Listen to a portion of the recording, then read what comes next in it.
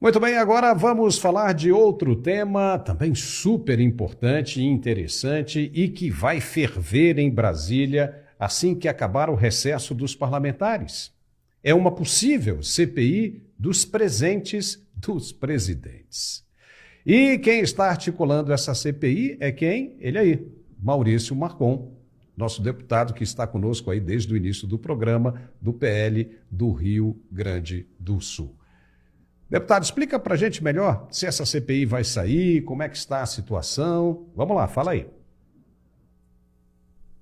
Então, Paulo, o que a gente quer investigar é basicamente porque um dos presidentes, ex-presidentes brasileiros, é investigado por vender supostos presentes, né? Quando tu recebe um presente que ele é dado a ti, calculo eu que pela inteligência humana, pela história humana, tu faz o que tu quer com esse presente, né? Mas como não conseguem colocar a pecha de corrupto, não acharam nada na história do presidente Bolsonaro, tentam, inclusive, dizer que ele fraudou o Zé Gotinha, né? A primeira vez na história que o Zé Gotinha foi passado para trás e, teoricamente, a carteirinha de vacinação teria sido também adulterada, acumulando os crimes de falsificação do Zé Gotinha. Então, nada mais justo que nós investigarmos, porque nós temos um presidente que usa um relógio de 80 mil reais, Piagenti, eu acho que é assim que falam, também não entendo muito de marca, que recebeu também um presente de um outro presidente, Jacques Chirac, francês, e ele pode usar, né? Será que se ele perder esse relógio,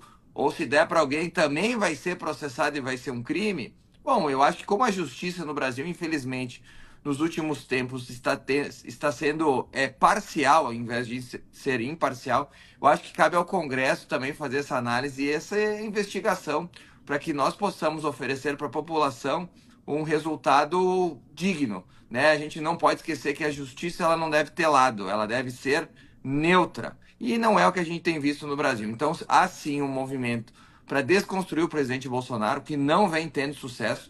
A gente vê que onde o presidente Bolsonaro passa, ele arrasta multidões, parece que os seus opositores não sabem o que fazer, né? Já tentaram inventar de tudo para destruir a sua credibilidade e não conseguiram. E o que a gente tem na realidade no Brasil é tentar tirar um grande player, um defensor da direita e dos conservadores, de uma corrida presidencial que se avizinha agora em 2026. Por quê?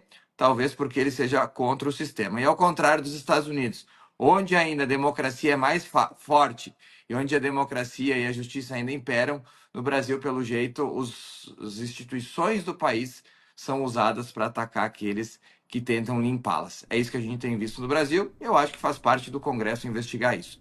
Na volta do recesso, deveremos levar esse assunto mais uma vez às lideranças, aos meus colegas líderes de oposição, para que nós possamos ir atrás de assinaturas e fazer essa investigação para que o Lula explique como é que ele levou 11, 12 ou 13 containers do Palácio da Alvorada quando ele saiu e nada aconteceu. Gerson, você tem alguma pergunta para fazer ao deputado Maurício Marcon sobre esse assunto da CPI? Se tiver, fica à vontade. Talvez não uma pergunta, mas dizer da minha admiração por essa iniciativa, porque há tangência com o assunto anterior que nós tratamos. Veja que hoje nós recebemos a notícia aqui nos Estados Unidos que uma juíza ela tornou aquele processo que o presidente Trump enfrentava em relação aos documentos secretos, que veio a Polícia Federal, fez toda uma encenação, entrou aqui em Mar-a-Lago, na Flórida, esse processo foi anulado. E veja que todos os ex-presidentes, tanto o Barack Obama, nós temos casos inclusive com a Hillary Clinton também, ou seja, autoridades e presidentes anteriores também levaram parte dos documentos do seu acervo e alguns desses documentos que eram classificados deveriam ter permanecido num local mais seguro. Isso faz parte daquele monte de documentos que o presidente tem acesso e isso foi tratado de uma forma completamente diferente, muito similar, viu, Marcon, ao que aconteceu em relação às joias. Porque, veja bem, agora, aí no seu estado, quando houve a enchente, se descobriu, por exemplo, que havia parte dos presidentes dos presentes da ex-presidente Dilma Rousseff que estavam armazenados num galpão pago pelo MST.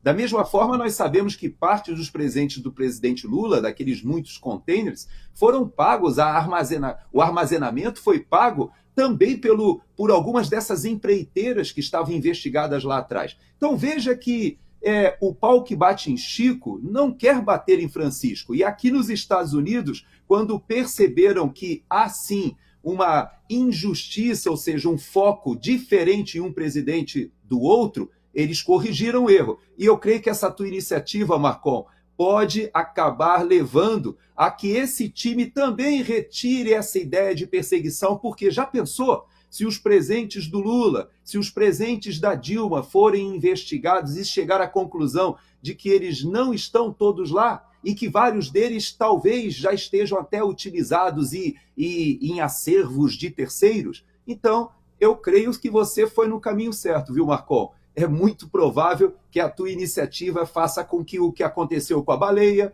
o que aconteceu com o cartão de vacina e tantas outras iniciativas meio caricatas acabem voltando atrás.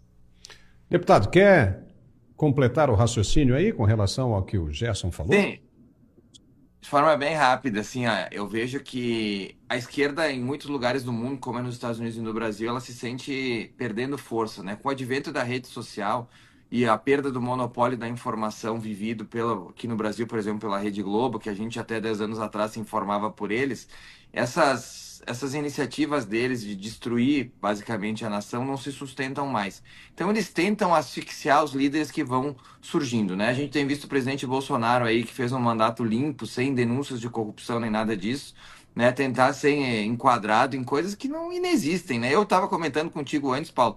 A gente recebe presente também, as pessoas às vezes nos admiram, levam um vinho, levam alguma coisa mais de valor. Muitas vezes eu dou esse vinho para terceiros, porque realmente te não dá conta, às vezes, de tomar tudo, né? E é natural, isso não é um crime, tu receber um presente. E um detalhe importante que a gente tem a informação que o mesmo funcionário concursado, que lá em 2003, durante o primeiro e segundo mandato do governo Lula, foi o mesmo funcionário concursado durante o governo Bolsonaro que dizia se o presente era personalíssimo ou não. Ou seja, não se pode inventar coisas do tipo, o presente do Bolsonaro, ele era personalíssimo, mas veja bem, esse não podia vender. O do Lula ele pode usar, dar ou fazer o que quiser. Isso não é justiça, isso não é democracia, isso não é república, isso é uma usurpação, né, de quem diz muito defender a democracia e a mesma pessoa que, por exemplo, mantém um ex-assessor do presidente Bolsonaro preso há 5 meses sem nenhuma denúncia, né? A denúncia era referida para os Estados Unidos e já foi comprovado pelos Estados Unidos, pela empresa de celular, pelo Uber, pelas imagens, pela empresa de aviação que ele não foi, e o Alexandre de Moraes mantém esse cidadão preso completamente contra os direitos humanos, completamente contra a liberdade. Isso não tem nada democrático. E eu tenho muita esperança, viu, que com a eleição do Donald Trump, alguém coloque um freio nesses absurdos, porque o Brasil é um país estratégico que não pode ver